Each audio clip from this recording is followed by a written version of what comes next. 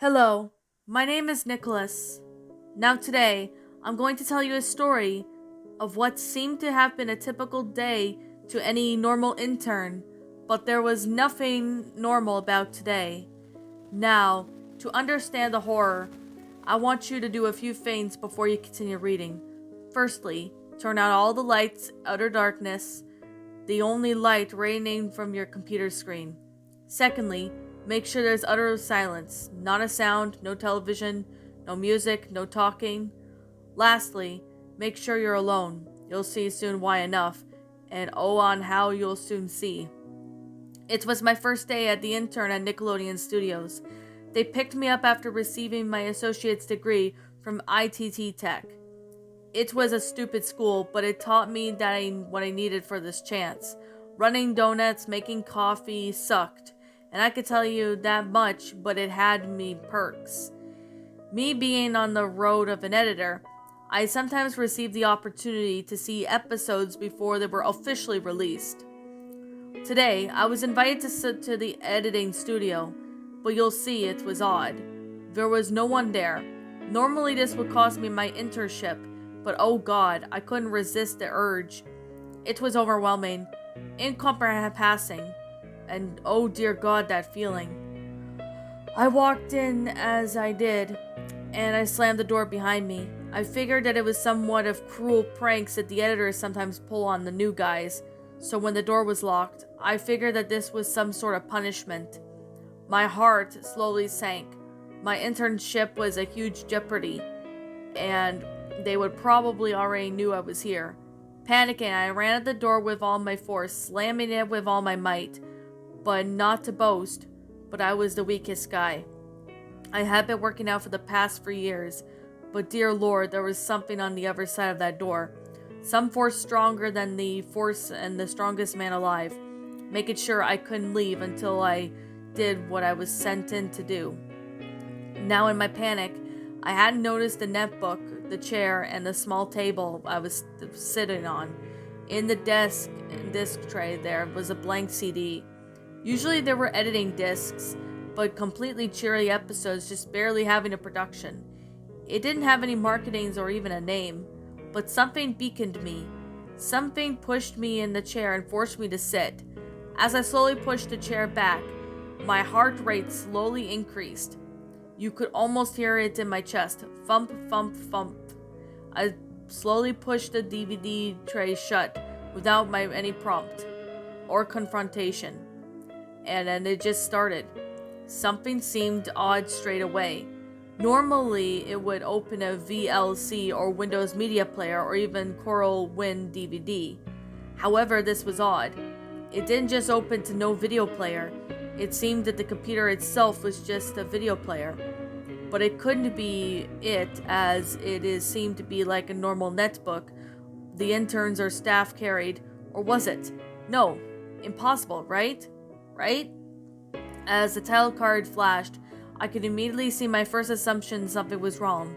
It wasn't cheery or slightly edited built, and they never had title cards. This was either finished or they were just ready to leave production. The title card seemed to be that I have never seen anything like it. The unusual fun font that they use popped into the colorful colors, of course to appeal to children. It seemed more gothic or something, like what you would say in a horror film. The words on the title card made me have my heart sank further, and it had to be a joke, right? Why would someone try to scare me this terrible, though? The words read, "You nosy intern, you shouldn't have come here." The usual happy bubble transition, all were just used as words were gone. The text just melted on the screen, almost like blood running on the wall. It slowly faded into the show from a couple of seconds into utter silence. It transitioned to one of the familiar openings with SpongeBob slowly snoring in bed and Gary sleeping beside him on the newspaper. The blowhole from the alarm clock was there. Even the bed was. I began to feel relieved. I remember all this from when I was a kid. It seemed normal, or was it? Oh dear God, I was wrong. Forgive me. You must forgive me. I choked up for writing this. I just wanted to get this, but something compels me to share this story. I was expecting the blowhole to go off and SpongeBob to start his typical routine. Oh, how bad that thing annoyed me as a kid. But it didn't come. There was just had been at least just 3+ minutes of SpongeBob snoring. Then something finally happened. It started to slowly pan to his face. Oh, so slowly. Waiting for anticipation. Just dying for something to finally happen. I would later greatly regret this decision. Oh, what could I give it if it had just ended right then and there? As it finally reached deep into his face, you could clearly see his expression. It was one of the horror, malice, and someone terrible nightmare they would have. His eyes were almost seemed as if they had been stitched shut, and then it was a transition. Not the usual fade to black, but the joyful bubbles. But something out of altogether made much more sinister. It was a fiery transition. Almost like the previous screen had just burned up, by all the appearances that were in SpongeBob's mind. In his dream, his nightmare, it appeared to be Bikini Bottom, but there was something very, very wrong. The whole city seemed to be shambles, and the horizon blood red, the buildings burning. SpongeBob was just walking down the road. It seemed like a typical path that you would normally see take it to the Krusty Krab. The people around him, oh dear God, I still remember it, the blood-curdling screams. At that moment, I realized that there was something very wrong. This had no appeal to children, but hell, most adults would find this a bit morbid at this point. The scream, oh God, the scream. It was one of someone in great agonizing pain being tortured, or slowly dying, a blood-curdling. Ah! At this point, I couldn't see who is it coming from. It was just SpongeBob walking slowly, silently. As the screaming and slowly continued, it was getting louder and louder. Oh God, I almost wanted to claw my eyes out when I saw the corner. I saw the source of the screams. It was terrifying, horrible, inhuman. It was Patrick hammered into a stake like he was about to be killed the same way Jesus was. But to his stomach, oh God, had been torn open. His entrails were slowly leaking out, and the look on his face seeing SpongeBob, he seemed to be relieved for a moment, almost as if salvation has come. His eyes began to water, just staring at SpongeBob, almost beckoning. His eyes spoke for him. They screamed, "Please, oh God, please help me!" We transitioned over to SpongeBob, and he now just stood there, staring back at Patrick, watching his friend slowly suffer and die. Patrick began to weep slowly, almost as if he misunderstood something that the viewer did not. SpongeBob then began to open his mouth, and slowly in low, almost satanic, demonic voice, he whispered, "Suffer, fat one. You this whole town have brought up upon yourselves." And then he turned and slowly walked away. At this point, I screamed out in horror, almost praying someone would hear me. Someone would walk in, and it would cost me my internship. But anything to end this. Now you maybe find yourself thinking, why didn't you just stand up and attempt to more of escape? I couldn't. Something deep down told me that if I move, I would regret it. I had to finish watching. I just had to. SpongeBob then continued down the road, slowly approaching the Krusty Krab.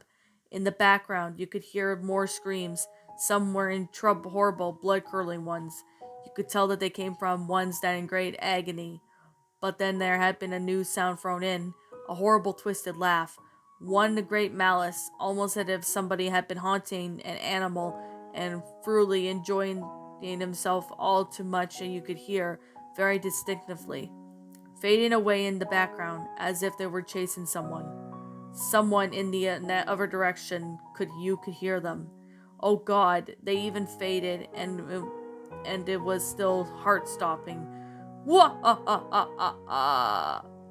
SpongeBob seemed unfazed, as if he was almost used to it.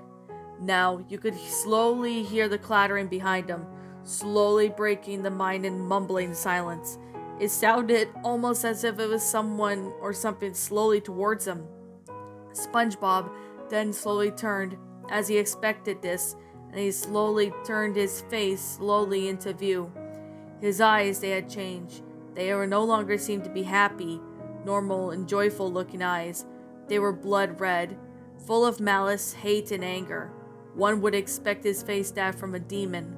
Hell, even the demon himself would even find this look fitting. I myself now slowly began to weep with no end to this horror in sight. His eyes were now fixed on something.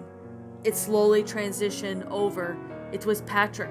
Dear God, oh my God, forgive me. No human should be forced to see that. His entire lower body was now missing, with his intestines slowly trailing behind him. A trail of blood was behind him. What was all left of his arms had huge holes in them, almost as if he had been torn out of them. The nails, he had been ripped himself from the stake. Then his face slowly came up. He beckoned once more to SpongeBob, but this time they said something different.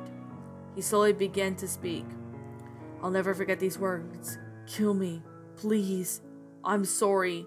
We're all sorry. Just end it, please. I can't take the pain. SpongeBob responded with a hellish tone, even worse than before. You asked for forgiveness from me?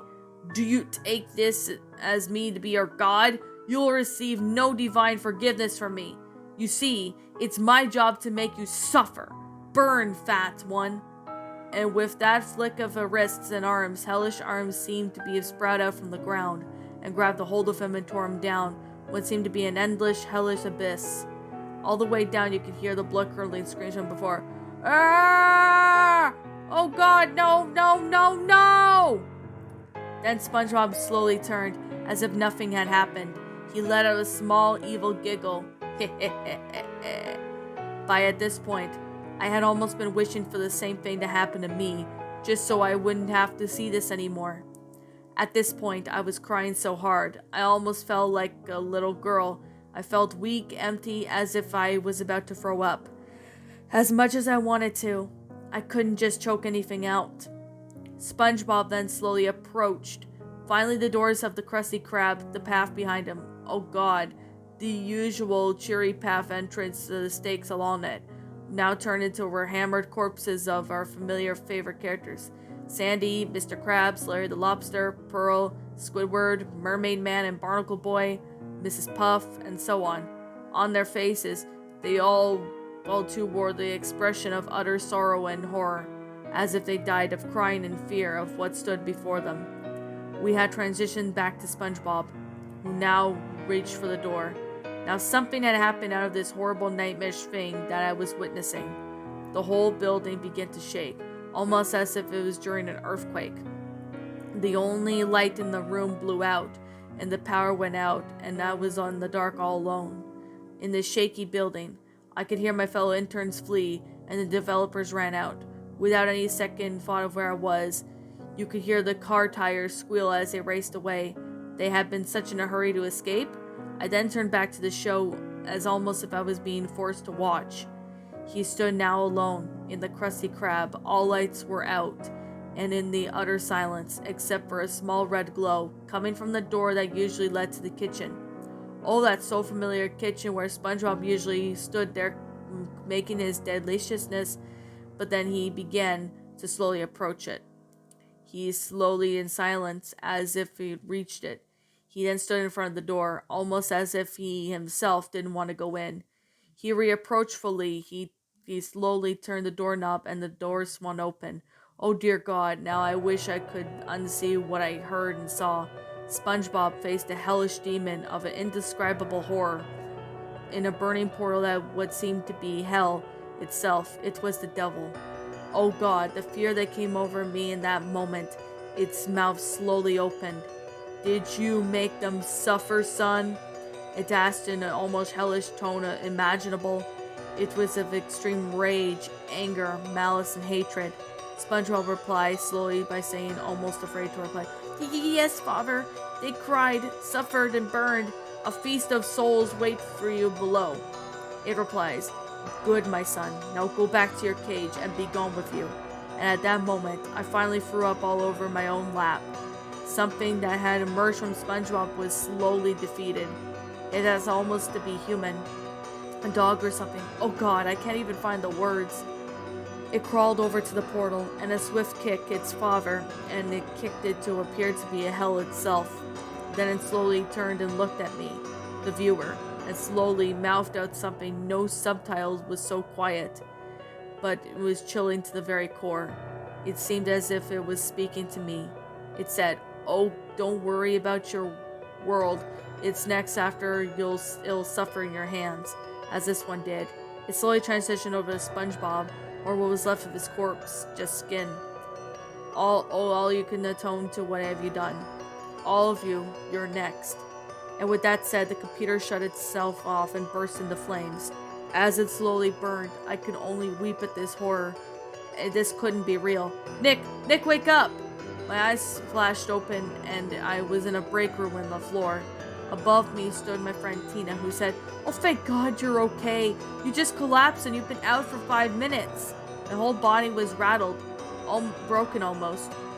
She, turning to her, had this uncontrollable urge to turning to Tina. I said, "Don't thank God to this day. He won't save us.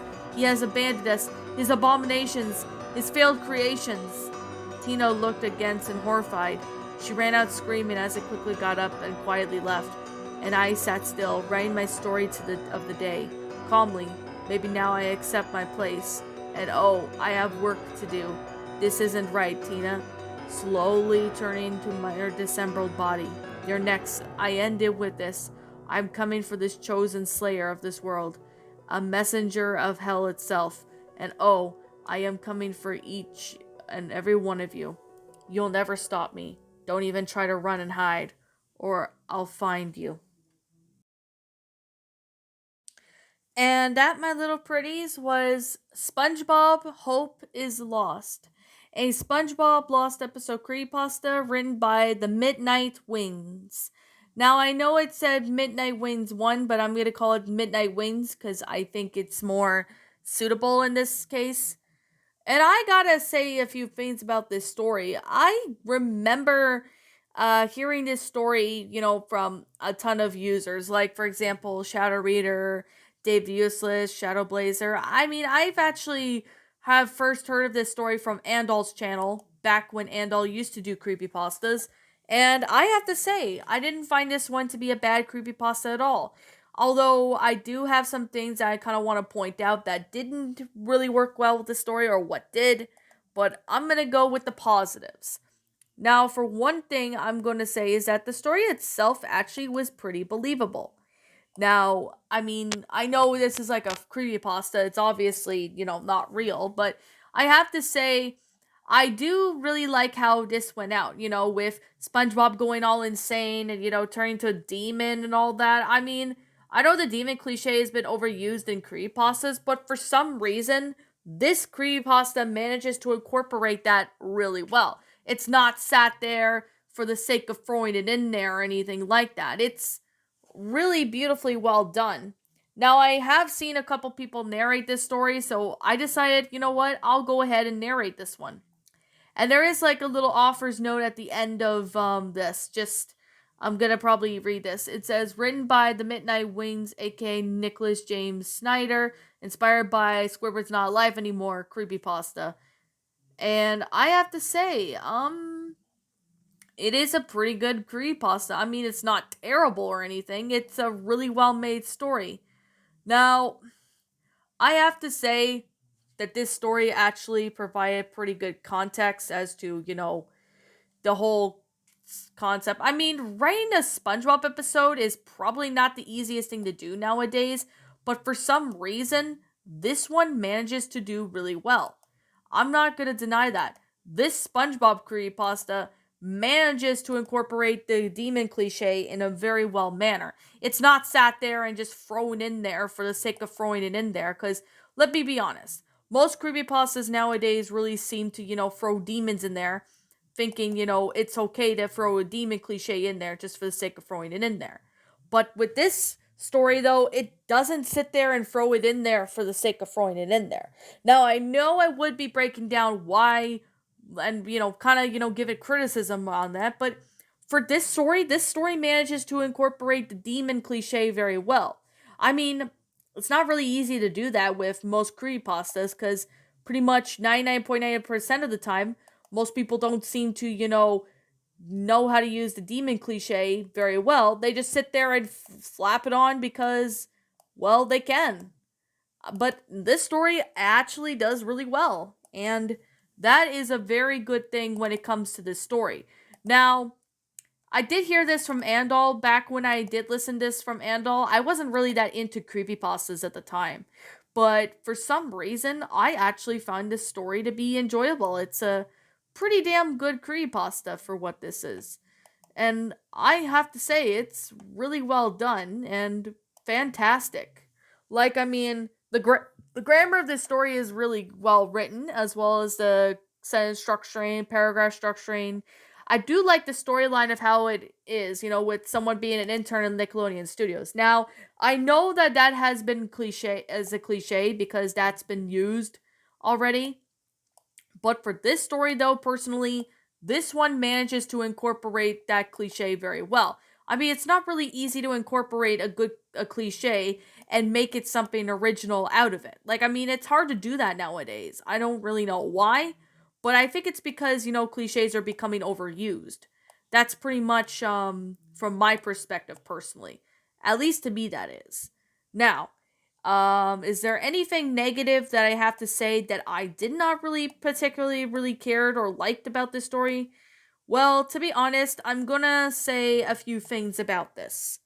Now, one of them being, that SpongeBob, has gone insane.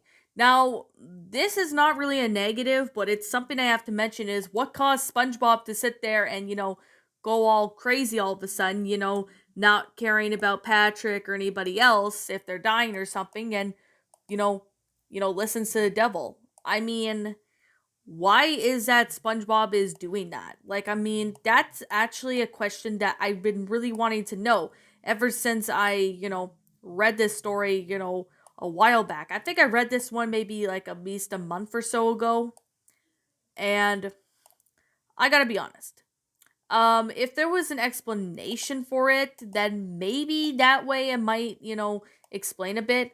But I mean, this story was cliched, but it wasn't, completely all over the place, not like most creepypastas. Another negative thing I have to say is that the even though it did have cliches, some of it doesn't really make a whole lot of sense. Like why SpongeBob, why is Bikini Bottom, dying? What happened to SpongeBob, being happy and cheerful? What caused him to be like that? I mean, that's a question I've been wanting to know. Like it seems to be that it doesn't really explain too much on it, but and it doesn't explain on who made the story. Well, not the story, but like the episode itself. Maybe it might have been one of the interns of Nickelodeon that must have made this messed up episode.